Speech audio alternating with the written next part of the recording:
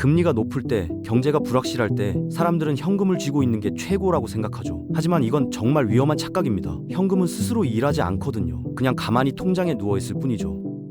자본주의 사회에서 돈이 일하지 않는다는 건 사실상 자산이 줄어들고 있다는 의미입니다. 물론 월세 내고 밥 먹을 최소한의 현금은 필요하지만 그 이상의 여유 자금은 반드시 투입되어야 해요. 명품 사고 소비하는 데 집중하기보다 돈이 나를 위해 일하게 만드는 시스템을 구축해야 합니다. 주식 계좌에 돈이 쌓이는 걸 보는 즐거움은 백화점에서 쇼핑하는 즐거움과는 차원이 다르거든요. 당장 3년에서 5년 동안 쓸 일이 없는 돈이라면 망설이지 말고 주식시장에 투자를 시작해야 합니다. 그런데 많은 사람들이 뭘 하냐면요. 현금 들고 대기를 하는 겁니다. 지금은 고점 같으니까 좀 더 빠지면 사야지. 조금만 더 기다리면 저점에서 살 수 있을 거야 이러면서요. 이게 바로 마켓 타이밍을 노리는 건데 솔직히 말씀드리면 이건 실패할 수밖에 없는 전략입니다. 왜냐고요? 주식시장이 언제 오르고 언제 빠질지 아무도 정확히 예측할 수 없거든요. 월스트리트의 전문가들도 못 맞추는 걸 개인 투자자가 맞출 수 있을까요? 운 좋게 한두 번 타이밍을 맞출 수는 있어요. 근데 그게 실력인 줄 착각하면 안 됩니다. 장기적으로 계속 맞추는 건 불가능에 가깝거든요. 그럼 어떻게 해야 하냐? 답은 간단합니다. 빚을 내서 투자하지 말고 여유 자금으로 투자하되 항상 시장에 머물러 있는 겁니다. 타이밍 잡으려고 밖에서 구경만 하지 말고 일단 들어가 있어야 한다는 거죠. 시장은 기다려주지 않습니다. 그럼 주식 투자가 처음이고 뭘 사야 할지 모르겠다면 어떻게 해야 할까요? 개별 종목 고르는 건 정말 어렵거든요. 삼성전자를 살까, LG화학을 살까, 아니면 현대차를 살까 고민하다 보면 머리만 아픕니다. 재무제표 보는 것도 부담스럽고 기업 실적 분석하는 것도 막막하죠. 이럴 때 답은 하나입니다. 바로 ETF죠. 연금저축펀드 계좌를 개설해서 ETF를 매수하는 겁니다. ETF의 가장 큰 장점이 뭐냐면요. 적은 금액으로도 시장 전체에 투자할 수 있다는 거예요. 한 종목에 올인하는 게 아니라 수백 개 기업에 분산 투자가 자동으로 되는 겁니다. 삼성자가 빠져도 SK하이닉스가 올라주고 현대차가 내려가도 네이버가 받쳐주는 구조죠. 예를 들어볼까요? 아침에 카페에서 커피 한 잔 사 먹으려고 5,000원 쓰잖아요. 그 돈으로 ETF 한 주를 사는 겁니다. 점심 먹고 디저트 살 돈 2만 원 있으면 그것도 ETF로 바꾸는 거죠. 한 달이면 몇십만 원이 모이고 1년이면 몇백만 원이 됩니다. 10년, 20년 쌓이면 복리 효과까지 더해져서 어마어마한 금액이 되는 거예요. 이게 반복되면 뭐가 달라지냐? 돈을 대하는 태도 자체가 바뀝니다. 소비할 때마다 이거 ETF 몇 주인데? 이런 생각이 들기 시작하거든요. 그렇게 하다 보면 노후 준비가 일상의 습관으로 자리 잡습니다. 게다가 연금 저축 계좌로 하면 세액 공제 혜택까지 받을 수 있어요. 처음 시작하는 사람한테 심리적 부담도 적고요. 어려운 분석 없이도 시장이 성장하는 만큼 내 자산도 따라서 커지는 거죠. 초보자한테는 이보다 더 좋은 방법이 없습니다. 투자는 단순히 금융상품을 사는 행위가 아닙니다. 이건 삶을 대하는 태도, 라이프 스타일 자체를 바꾸는 과정이에요. 제가 아는 30대 초반 직장인이 있는데요. 이 친구가 예전에 뭘 했냐면요. 월급 받으면 해외여행 가고 명품백 사고 그랬어요. 발리 가서 인스타그램에 올릴 사진 찍으려고 300만 원 쓰고 백화점에서 명품 시계 하나 사려고 카드 긁고요. SNS 피드는 화려했죠. 근데 어느 날 정신 차리고 보니까 통장에 남은 게 하나도 없더래요. 5년 동안 번 돈이 다 어디 갔는지 모르겠는 거예요. 친구들한테 보여주려고 쓴 돈만 몇천만 원이었습니다. 그때부터 이 친구가 생각을 바꿨습니다. 여행 가고 싶은 욕구, 비싼 물건 사고 싶은 마음을 꾹 참고 그 돈으로 주식을 사기 시작한 거죠. 삼성전자, 카카오, NAVER 같은 기업의 주인이 되는 선택을 한 겁니다. 처음엔 정말 힘들었대요. 친구들은 다 제주도 가고 강원도 가고 놀러 다니는데 혼자 집에서 주식 공부하고 재무제표 보고 있으니까요. 모임에서도 여행 이야기할 때 할 말이 없고요. 근데 신기한 게 뭐냐면 6개월, 1년 지나면서 이게 고통이 아니라 즐거움으로 바뀌더래요. 주식 앱 켜서 통장 잔고가 불어나는 걸 보는 재미가 백화점에서 쇼핑하는 재미보다 훨씬 크다는 거예요. 명품백은 사는 순간 가치가 떨어지지만 주식은 시간이 지날수록 가치가 올라가니까요. 이 친구의 목표는 명확합니다. 돈으로부터의 자유죠. 50세, 60세가 되었을 때 회사 다니기 싫으면 안 다녀도 되는 경제적으로 자유로워진 자신의 모습을 상상하면서 지금의 소비 유혹을 이겨내는 겁니다. 어떤 주식을 고르는 기술보다 더 중요한 건 자본가가 되겠다는 이 마인드셋입니다. 이게 진짜 금융교육이에요. 많은 사람들이 착각하는 게 있습니다. 나는 월급이 적어서 투자해봤자 소용없어 라고 생각하는 거죠. 틀렸습니다. 월급이 300만 원이든 500만 원이든 중요한 건 그 돈을 어떻게 배분하고 활용하느냐입니다. 이게 부의 크기를 결정짓는 핵심이에요. 그럼 뭘 사야 하냐? 수천 개의 주식 종목 중에서 고민하지 마세요. 머리 아프거든요. 200개 이상의 우량 기업이 포함된 ETF 하나만 사면 됩니다. 코스피 200 ETF 같은 거요. 그럼 삼성전자부터 현대차, 네이버, SK 하이닉스까지 한 번에 다 살 수 있습니다. 고민 끝이죠. 게다가 연금축 계좌를 활용하면 세액 공제 혜택까지 받을 수 있어요. 연말정산 때 세금 돌려받는 거죠. 이렇게 좋은 제도가 있는데도 대부분 사람들이 실천을 안 합니다. 왜냐고요? 당장 눈앞의 수익에 눈이 멀어서죠. 단기 매매하면 빨리 돈 벌 수 있다고 착각하는 겁니다. 근데 말씀드릴게요. 단기 매매, 트레이딩으로는 절대로 큰 돈 못 벌어요. 오히려 자산을 갉아먹는 지름길입니다. 수수료만 해도 어마어마하고 세금도 내야 하고 무엇보다 스트레스가 장난 아니거든요. 많은 젊은이들이 유튜브 보고 나도 단기 매매로 돈 벌 수 있어 이러는데요. 이건 투자가 아니라 노동입니다. 아침부터 저녁까지 모니터 앞에 앉아서 차트 들여다보고 있는 게 무슨 투자예요? 그건 일하는 거죠. 결국 실패할 확률이 압도적으로 높습니다. 투자의 본질이 뭘까요? 돈이 나를 위해 일하게 만드는 거잖아요. 그런데 전업 투자자가 되어서 하루 종일 모니터 앞에 앉아 있다는 건 결국 본인이 다시 노동을 하는 겁니다. 이게 얼마나 모순적인지 아세요?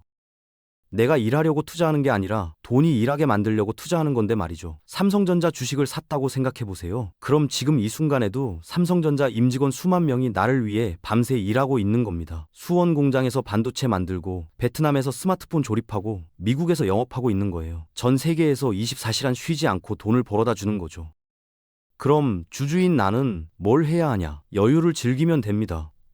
가끔 분기 실적 보고서 확인하면서 우리 회사 잘하고 있네. 이 정도만 체크하면 되는 거죠. 그런데 많은 사람들이 뭘 하냐면 매일 아침 9시에 주식 앱 켜서 시세 확인하고 5% 오르면 좋아하고 3% 떨어지면 불안해하고 하루 종일 일희일비합니다. 점심시간에도 차트 보고 퇴근하고도 유튜브 보고 자기 전에도 미국 증시 확인하고요. 이게 올바른 투자일까요?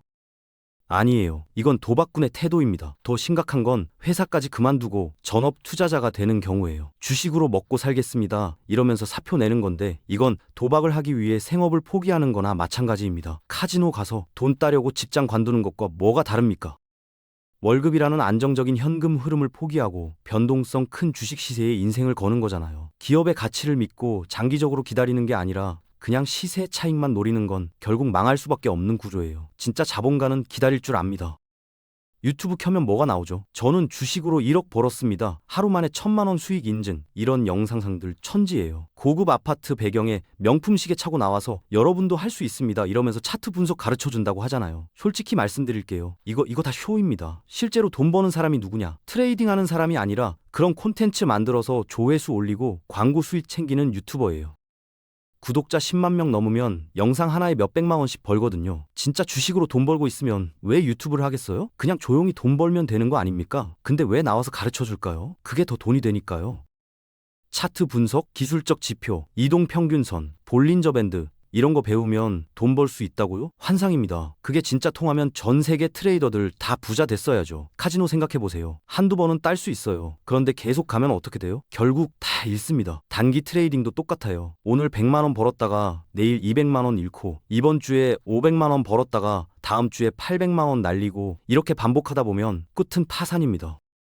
그리고 생각해보세요. 매일 아침 일어나서 주가 확인하고 스트레스 받고 떨어지면 불안하고 오르면 언제 팔지 고민하고 이렇게 사는 게 행복한 인생일까요? 기업의 성장을 믿고 편하게 기다리는 사람이 정신적으로 훨씬 더 건강합니다. 투자자를 영어로 뭐라고 하죠? 인베스터라고 합니다. 이 사람들은 기업의 가치를 보고 돈을 투입해서 장기간 보유하는 사람들이에요. 이 회사가 앞으로 10년, 20년 후에 더 커질 거야. 이 기업의 제품이 세상을 바꿀 거야. 라는 믿음으로 주식을 사는 거죠. 워런 버핏이 코카콜라를 산 것처럼요.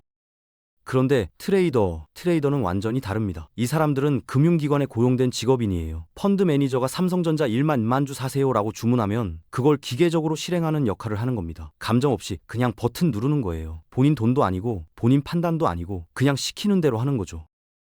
그런데 문제가 뭐냐면 개인 투자자들이 마치 자기가 직업 트레이더인 것처럼 매일 사고 팔기를 반복한다는 거예요. 아침에 삼성전자 사고, 점심에 팔고, 오후에 네이버 사고, 저녁에 팔고요. 이건 투자의 본질을 완전히 오해한 겁니다. 펀드 매니저가 트레이더한테 이 주식 사라고 할 때는 최소 5년, 길게는 10년 이상 보유할 생각으로 사는 거거든요. 내일 팔려고 사는 게 아니에요. 장기적으로 기업이 성장하면 주가도 따라 오른다는 확신이 있으니까 사는 겁니다. 그런데 개인들은 오늘 사서 내일 팔고 이번 주에 사서 다음 주에 팔고 이러니까 돈을 못 버는 겁니다. 수수료만 증권사에 갖다 바치는 거죠. 진짜 투자는 뭐냐? 내가 이 기업의 동업자라는 마인드를 갖는 거예요. 삼성전자 주식을 샀으면 나는 삼성전자의 공동 오너입니다. 회사가 잘 되면 나도 잘 되고 회사가 성장하면 내 자산도 커지는 거죠. 그런 장기적인 관점에서 자금을 운용하는 게 진짜 투자예요. 단기 시세 차익 노리는 건 투자가 아니라 투기입니다. 그럼 구체적으로 뭘 사야 하냐고요? 한국 시장을 대표하는 200개 기업에 분산 투자하는 코스피 200 ETF면 충분합니다. 삼성, LG, 현대, 네이버, 카카오 다 들어있어요. 이거 하나만 사도 한국 경제 전체에 투자하는 효과가 나는 겁니다. 물론 개별 종목을 직접 고르고 싶은 분들도 있을 거예요. 그럼 공부를 해야죠. PER이 뭔지, PBR이 뭔지, ROE는 뭔지, 재무제표는 어떻게 보는지, 이런 기본적인 재무지표부터 시작해서 산업 분석, 경쟁사 비교 이런 걸 다 연구해야 합니다. 그게 귀찮고 어려우면 그냥 ETF 사세요. 여기서 한 가지 짚고 넘어갈 게 있어요. 미국이 왜 세계 최강 금융 강국이 됐을까요? 그 비밀은 퇴직연금 제도에 있습니다. 미국 사람들은 401k라는 퇴직연금을 주식시장에 투자해요. 회사에서 월급 받으면 자동으로 일정 비율이 연금 계좌로 들어가서 SP500 같은 지수에 투자되는 겁니다. 수십 년 동안 꾸준히 적립하면서 복리 효과를 누리는 거죠. 그래서 미국 증시는 장기적으로 우상향할 수밖에 없어요. 국민 전체가 장기 투자니까요. 그런데 한국은 어떤가요? 퇴직연금을 그냥 은행 예금에 박아놓는 사람이 대부분입니다. 연 2% 이자 받으려고요. 이게 얼마나 아까운 기회 손실인지 모르는 거예요. 젊은 세대들도 마찬가지예요. 퇴직연금을 적극적으로 운용해서 자산을 불려야 하는데 그냥 방치하고 있습니다. 온 국민이 올바른 투자 습관을 가지는 것, 그게 국가 경제도 살리고 개인의 부도 만드는 길입니다. 부자가 되고 싶다면서 입으로만 말하지 마세요. 정말로 간절해야 합니다. 겉으로는 난 돈 별로 안 중요해 이러면서 속으로는 부러워하는 척하지 말고 속마음까지 솔직하게 부를 갈망해야 해요. 그럼 어떻게 해야 하냐? 강제성이 필요합니다. 월급 들어오면 자동으로 10%에서 20%를 주식 계좌로 이체되게 설정해 놓는 거예요. 손으로 만질 수 없게 만드는 겁니다. 그래야 안 씁니다. 통장에 돈이 보이면 쓰게 돼 있거든요. 생각해 보세요. 백화점 가서 명품 가방 사고 카드 값 걱정하면서 사는 게 행복한가요? 아니면 내 주식 계좌에 자산이 매달 불어나는 걸 보는 게 행복한가요? 저는 후자가 훨씬 더 큰 행복이라고 생각합니다. 통장 잔고가 늘어나는 걸 보는 쾌감은 쇼핑으로는 절대 느낄 수 없는 거거든요. 요즘 젊은 사람들 사이에 유행하는 말 있잖아요. 욜로, YOLO. 내일 죽을지도 모르니까 오늘 즐기자는 거요. 솔직히 말하면 이건 마케팅이 만들어낸 거짓말입니다. 백화점, 여행사, 명품 브랜드가 물건 팔려고 만든 메시지예요. 내일 죽을 확률보다 80살, 90살까지 살 확률이 훨씬 높거든요. 그때 가서 돈 한 푼 없으면 어떻게 될까요? 비참해집니다. 자식들한테 손 벌리거나 기초연금 받으면서 근근히 살아야 해요. 그게 진짜 자기를 함부로 대하는 겁니다. 진정으로 나를 사랑한다면 미래의 나를 위해 지금 준비해야 해요. 그게 진짜 자기 사랑입니다. 한국 사회에서 부자가 되기 어려운 이유 중 하나가 뭔지 아세요? 바로 사교육비입니다. 자녀 하나당 한 달에 100만 원, 200만 원씩 학원비로 나가잖아요. 영어 학원, 수학 학원, 과학 학원, 논술 학원, 피아노, 태권도까지 합치면 엄청난 돈이 나갑니다.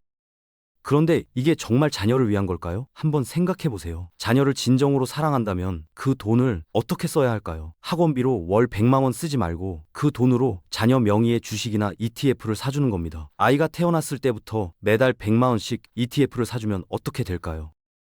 20년 후면 복리효까지 합쳐서 수억 원이 됩니다. 아이가 대학 졸업하고 사회 나올 때 이미 경제적 자유를 가진 상태로 시작하는 거예요. 집 걱정, 취업 걱정 없이 자기가 정말 하고 싶은 일을 할 수 있게 되는 겁니다. 이게 진짜 자녀를 위하는 거 아닐까요? 그런데 왜 사람들은 학원비는 아낌없이 쓰면서 투자는 안 할까요? 옆집 아이가 학원 다니니까 우리 애도 보내야 한다는 비교 심리 때문입니다. 남들 다 하니까 나도 해야 한다는 군중 심리죠. 이게 결국 모두를 가난하게 만듭니다. 학원비로 다 써버리니까 투자할 돈이 없는 거예요. 인생은 마라톤이에요. 남이 뛴다고 따라 뛸 필요 없습니다. 내 페이스대로 꾸준히 자산을 모아가는 사람이 결국 승리합니다. 남 의식하지 말고 내 길을 가세요. 돈을 모으는 것과 돈을 불리는 것은 완전히 다릅니다. 은행 예금은 돈을 이불 속에 가두어 두는 거예요. 인플레이션을 감안하면 사실상 손해를 보는 구조입니다. 젊은 사람일수록 원금 보장이라는 단어를 머릿속에서 지워야 해요. 리스크를 감수하더라도 자산이 증식되는 곳에 돈을 두어야 합니다. 돈이 매일매일 출근해서 일을 하게 만드는 것. 그게 바로 주식 투자예요. 자본주의 사회에서 살아남는 유일한 방법입니다. 당장 급하게 쓸 돈이 아니라면 과감하게 은행을 떠나서 주식 시장으로 이동시키세요. 그게 부자가 되는 첫걸음입니다.